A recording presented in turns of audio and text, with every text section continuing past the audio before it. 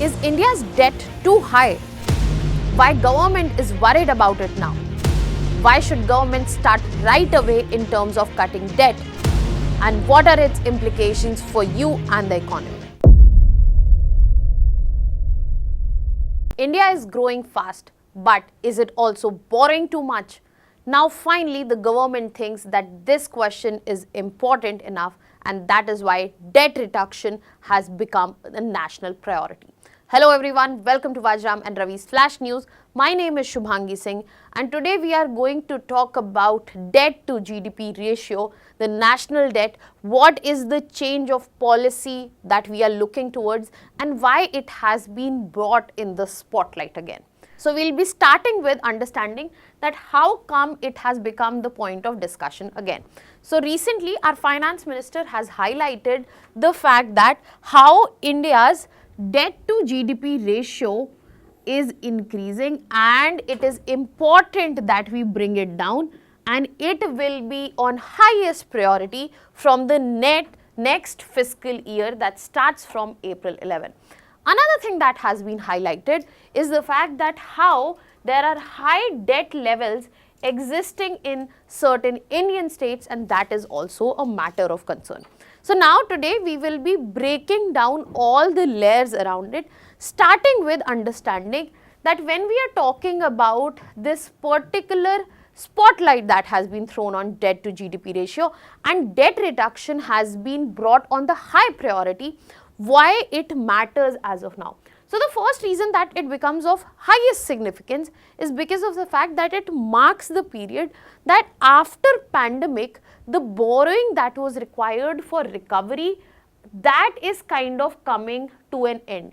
So basically this is marking a policy shift that the heavy post-pandemic borrowing in order for recovery, in order to bring state to order, that is going to end now, and this is the time that we will be looking to straighten our finances through proper fiscal consolidation, and we will be aiming for long-term stability.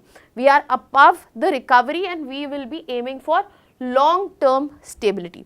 So this particular statement and also the priority setting clearly indicates the fact that the future budget that we will be seeing, that will be focusing more on the fiscal discipline, and it will make sure that there is course correction that is taking place from borrowing that has happened just after the pandemic, and as of now fiscal expansion might be stopped and discipline might be brought to front. Now that we have understood that what exactly is the policy shift that we are looking towards, now let us try to understand that why and how debt to GDP is a problem as of now. What are the numbers? What does it mean? So let us start with understanding what exactly is debt to GDP ratio. So when we are talking about debt to GDP, we have used two terms here. The first one is debt, the other one is GDP. When we talk about debt, it basically means the amount of money that has been borrowed by the government over time, right? And when we talk about GDP, it refers to the total monetary value of goods and services that have been produced in the country in the given time period, be it the financial year.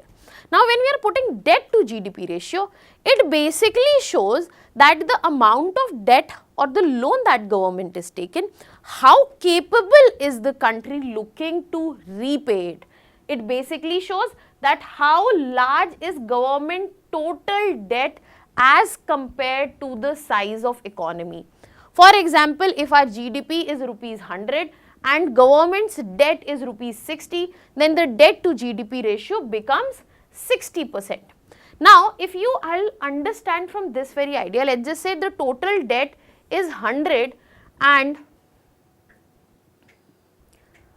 total debt is 100 and the size of economy, that means GDP is also 100, that means we are in a bad state. We almost owe as much as the country is making, and this shows that we are a smaller economy with high risk of faltering this debt. But just imagine if this debt is not 100 but just 10. So the debt to GDP ratio would not be 60, would not be 100, it would be just 10%. So it simply indicates that how capable the economy is of managing the debt it has. In this context, if there is a bigger economy, it will be capable of handling bigger debts. For example, even if the debt is 100 and the economy is 1000 or 10,000, that is manageable. But as I said, 100 and 100, that seems like a faltering state. So that is why a smaller economy goes in a risky zone when the debts are high. Now that we have understood what exactly is debt to GDP ratio, now let us move to understand that why debt to GDP ratio is used to understand economic health across the globe. So as I explained, that it basically shows how capable or well placed the economy is in terms of the debt it has taken to actually repay it, and that is how it shows the economic health. For example, if you are talking about the individual financial health of a person, how do we look at it? We look at it that how much EMIs he has to pay and what is the amount of earning he has. So same goes for at the country level as well. Be it governments, investors, institutions, all of them basically use debt to GDP ratio to understand that if the country will be able to repay loans, if they will have future financial stress, what capacity they have to spend on welfare, how much they can build their infrastructure, how well they can put in their money for their defense, and basically all of this shows nothing but the credibility of the government of managing the finances of the particular country. And that is why using debt to GDP ratio to understand economic health is a global practice where be it global financial institutions such as IMF, World Bank, all the rating agencies, they monitor this ratio very closely because they indicate the economic health of the country. So if you see in this given chart, you will be able to find that based on the debt to GDP ratio, the countries have been put in here. If the ratio is higher, then it is in a problematic state. If the ratio is lower, then it is well placed. For example, if you see countries like Greece, if you see Singapore, the number goes as high as above 100%. In context of India, as of now, it is stationed somewhere around 80%, but that again needs to be managed because as I said, it is also a relative number with the economy. If the economy size is bigger, then the bigger debts can be managed. If economy size is smaller, then the high debt makes it risky.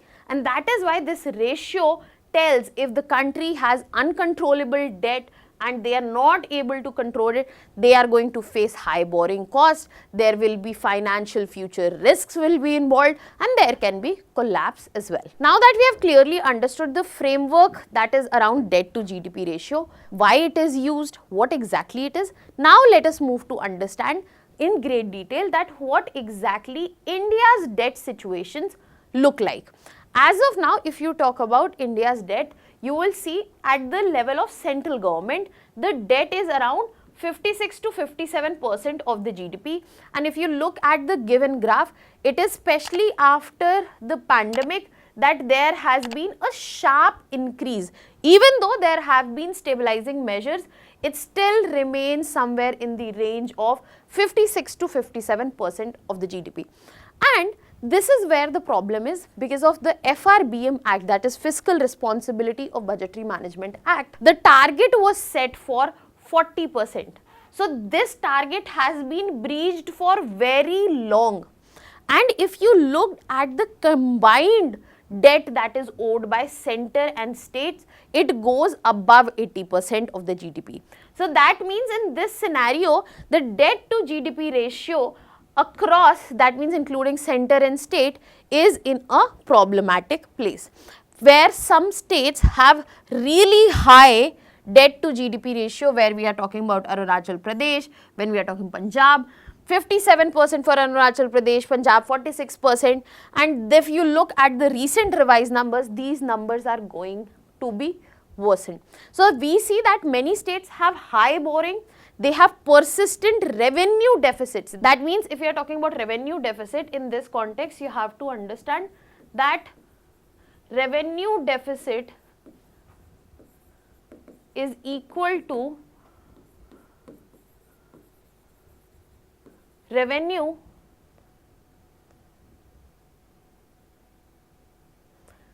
receipts minus revenue expenditure. Now, when we are talking about revenue expenditure and revenue receipts, these are the ones which do not affect the assets or liabilities. That means they are regular means of generating income and regular expenditure places. For example, when the government is getting taxes, it is not affecting their assets, they are not affecting their liabilities. Revenue expenditure, salary of the government employees. So, in this means there is no creation of assets, and if you are not able to fund the expenditure through the regular means, that means you would have to go into borrowing or you have to sell off your assets. That means this revenue deficit will also fuel fiscal deficit further. So, in this scenario, revenue deficit also makes sure that the borrowing goes bigger, and because of the higher borrowing there is rising interest burden, and this is what persistently had been seen, and that is why the state debt has also been highlighted as a worry. Now that we have understood that what exactly is debt to GDP, we have understood what the scenario, what the numbers for India say, now let us understand why this is problematic. We say that this is problematic, but why exactly we are saying? The first reason here is when we are talking about high debt, that means we have to pay interest to make sure that we furnish or we keep that loans. When we are paying interest, this higher debt means higher interest payment. So, the government would have to pay more and more interest every year. Large share of the money that government is going to get is to be used to pay the old debt. Nothing new is being done. No infrastructure is being created. No asset is being created. What money is being used? Money is being used to service the old debt, furnish the old debt, keep that debt so that that loan can go on. Other than that, this is why lesser money remains for any sort of development. That can be for schools, that can be for hospitals, that can be for roads, that can be for welfare programs as well. Another key issue that comes with high debt to GDP ratio is the reduced ability that we get to see to manage crisis. You understand it at an individual level. If your salary is 1 lakh rupees and the EMIs that you have to pay are 80,000, worth 80,000, then if there is any crisis at all where you have to suddenly pay more than your usual expenditure, you would not have the bandwidth. That means in the crisis situation, you will end up borrowing more, and this is what happens with the government. If the debt limit is high, interest payments are high, then the government's ability to manage any form of crisis, be it a disaster, natural disaster, be it the pandemic that we saw, or economic slowdown where the government needs to pump money into the economy, all of this becomes limited. So, in this situation, either your borrowing cost will go again high to manage the crisis, or the crisis will worsen in the economy. Other than that, we also get to see whenever the debt burden is high, that's when there is a direct pressure on the citizens as well. How? If the government needs to pay for the higher debt, be it the interest payments, be it the servicing of the debt and repaying the whole debt in itself, what is the source for the government? The major source for the government is taxation, and taxation will be on whom? It will be on citizens. So, this burden is also passed on citizens by raised taxes. Another way that government would be able to keep money with itself, taxes they are getting, but they will reduce their expenditures. How they will reduce their expenditures? They will take away the subsidies that citizens are getting for the welfare. So, that will go away, and the social spending, the poverty elevation programs, the education programs, the skilling programs, they would need to be cut short as well. So, this will directly impact the citizens, not the government. And another key problem that will emerge because of all this, that it will deter investment. That means there will be economic slowdown as well. It will increase administrative burden also. There might be increased evasion if the taxes are raised. and multiple problems that originate from the issues that I have just mentioned. Now the question that must be in your mind is the fact, if debt to GDP ratio, higher debt to GDP ratio is this problematic, why did government not bother up and until now? So there are few reasons around it as well, that why government has decided to take debt reduction at priority now. The first reason here is, if we talk about higher borrowing that we have seen in recent times, that has been primarily because of the pandemic that we saw. So post-COVID recovery needed a lot of infusion, and there was heavy borrowing during COVID and for the recovery. So heavy borrowing in this situation was unavoidable. Now that we have gone past that phase and some recovery, to an extent a great recovery has been done, this is the time we can look towards financial health and repairing the damage that has been done, and look towards achieving the FRBM targets that we have talked about long for now. Another important factor that makes the government consider debt reduction right away is the fact that global environment is very different, be it political, be it financial.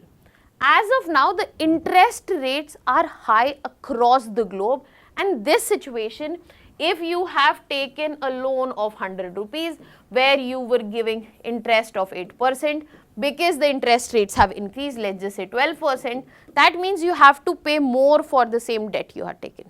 And in this situation, the borrowing has become more expensive, you have to pay more to service the old debt, and it is difficult to borrow more.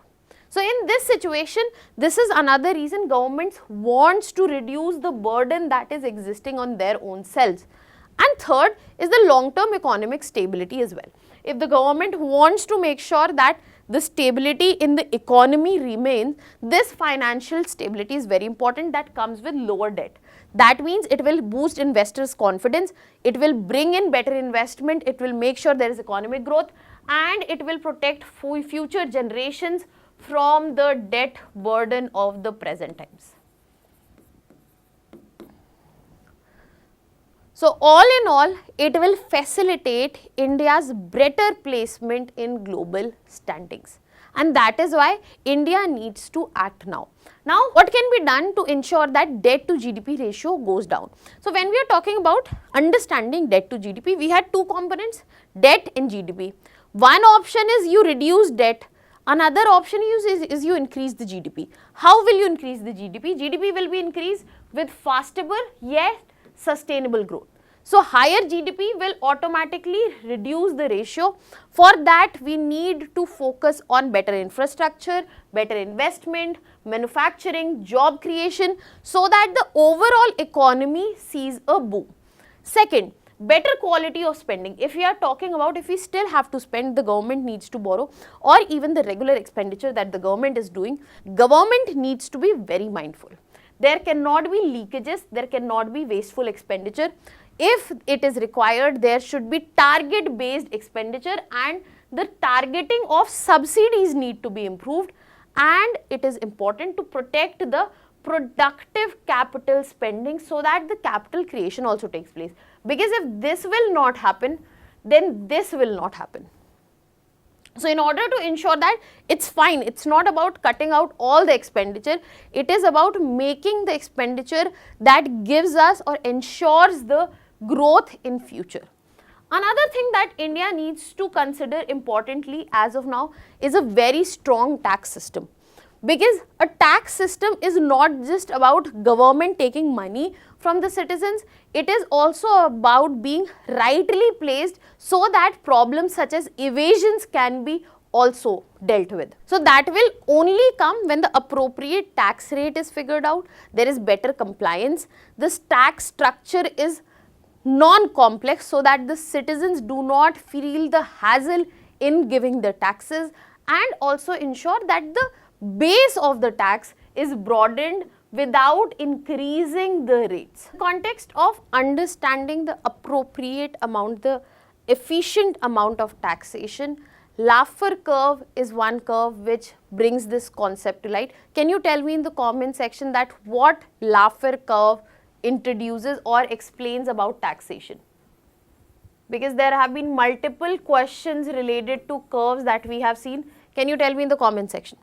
Another factor that India needs to consider to dial down its high to debt to GDP ratio is working on state finances, because it is not just central government but also the state finances that are responsible for the debt to GDP ratio in front of us. So in this context, this applicability of FRBM and fiscal discipline needs to be implemented real time at the level of the states, and this is where addressal and mending of revenue deficit is required, and better revenue collection would be required at the state level.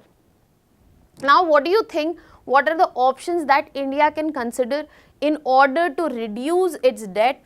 And in the conclusion, I would like to wrap up with saying that lower debt will facilitate a lot for Indian economy. There will be better money for development, there will be limited financial risk and greater economic stability. So debt reduction should be at priority, it should be gradual, and it should be socially balanced. That means it should not lead to inequality and suffering at the social level as well. Now that was all for today. You can let me know your thoughts in the comment section. That was all. Thank you so much.